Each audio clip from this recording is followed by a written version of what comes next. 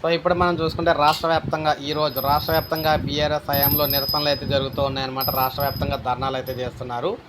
So logo మార్పిడిపై BRS నిరసన. ప్రభుత్వ అధికారిక లోగో నుంచి చారిత్రక చిహ్నాలను చార్మినార్ కాకతీయ కళాతోరణం తొలగించడంపై నిరసన కార్యక్రమాలు చేపట్టాలని బీఆర్ఎస్ నిర్ణయించింది. కాకతీయ కళాతోరణం తొలగింపుపై ఇక్కడ వరంగల్ కోటలో నిరసన తెలిపారనమాట. చార్మినార్ చిహ్నం తొలగింపుపైన కూడా అభ్యంతరాలు వ్యక్తం చేస్తుంది. Party working president KT Rama Rao ఈరోజు ఉదయం 10:30 గంటలకు చార్మినార్ వద్ద జరిగే నిరసన కార్యక్రమంలో పాల్గొంటారని చెప్తున్నారు. ఓవైపు రాష్ట్ర అధికారిక గీతంగా ప్రకటించిన జై జై జై హో తెలంగాణ గీతంలో చార్మినార్ గొప్పతనం, కాకతీయుల కళ ప్రభకు కీర్తిస్తూ, మరోవైపు తెలంగాణ అధికారిక లోగోను రాజ్యక చిహ్నాలుగా పేర్కొంటూ ఇక్కడ తొలగించడంపై బీఆర్ఎస్ ఆగ్రహం వ్యక్తం చేస్తుంది.